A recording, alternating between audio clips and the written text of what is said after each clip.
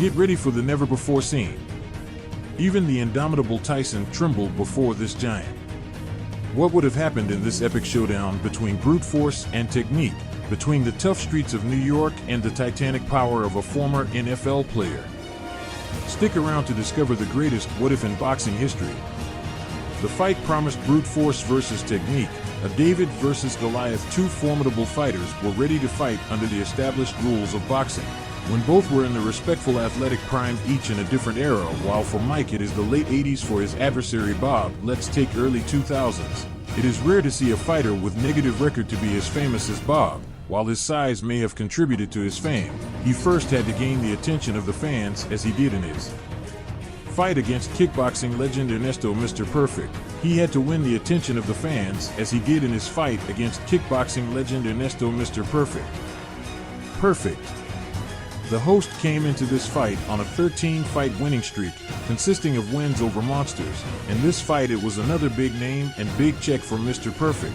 A day before this fight he started aggressively punching the legend like he was a guy dating his daughter. This one let it go and ended up punching the opponent after one of those leg kicks proved to be a great weapon against him. Ernesto ended up on his back and simply pinned legend in the corner.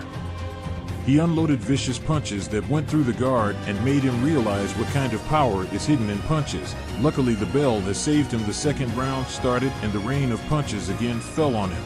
Everything was ready to end this fight by throwing a towel. This one saw that his opponent was ready to stop punching. First he broke him mentally, then he managed to spoil the legend in the corner of that ring. He did his job and many lost their guaranteed money after winning the fight. Now Bob is the champion, which brought more attention to this fight as many expected revenge from the champion. In their second clash, Ernesto came with a polished game plan consisting of low kicks and body shots. As he realized his head was simply unbreakable, he even managed to take the giant down. The Dutch shell was too solid, but his punches accidentally showed everyone that his chin was simply shattered. The Dutchman could defend himself from some punches, but not from the hooks that went through him just like the knife goes through butter. In this MMA fight, the Beast had to face a man who had all the odds to win. This one was an Olympic judo medalist and was a martial arts master. But when your body weight is 375 pounds, you don't care about any technique of your opponent. What Sapp tried to do was the same move. He pulled momentum, but this one just dodged it, even tried to hurt him to the head, but we know he was inexperienced. The punches had made a cut on his face and the doctor went to see him. The Korean was happy for his punches and rushed to continue his massacre. But Sapp welcomed the Korean with the most touching hand and an uppercut that knocked him out. Mike Tyson had a knockout similar to what Bob did to the Korean with a record of 7 wins and 7 knockouts. Mike ran into a guy by the name of Michael Johnson, but as everyone knows, there can only be one king, so Tyson decided to punish Michael Johnson so he could take the title from him. 23 pounds of weight advantage put him at a disadvantage, and putting him in the vicious overhand right was too violent for Johnson. Doctors immediately stepped in to check on his well-being, hoping for an invitation.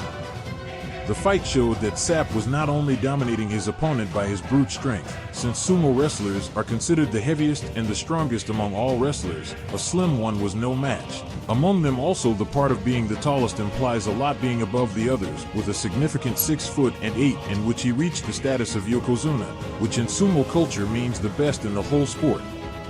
After firing his first punch, Bob caught a kick with a sumo move. The Beast sensed that the focus of this giant was loose, so he rushed to finish him off.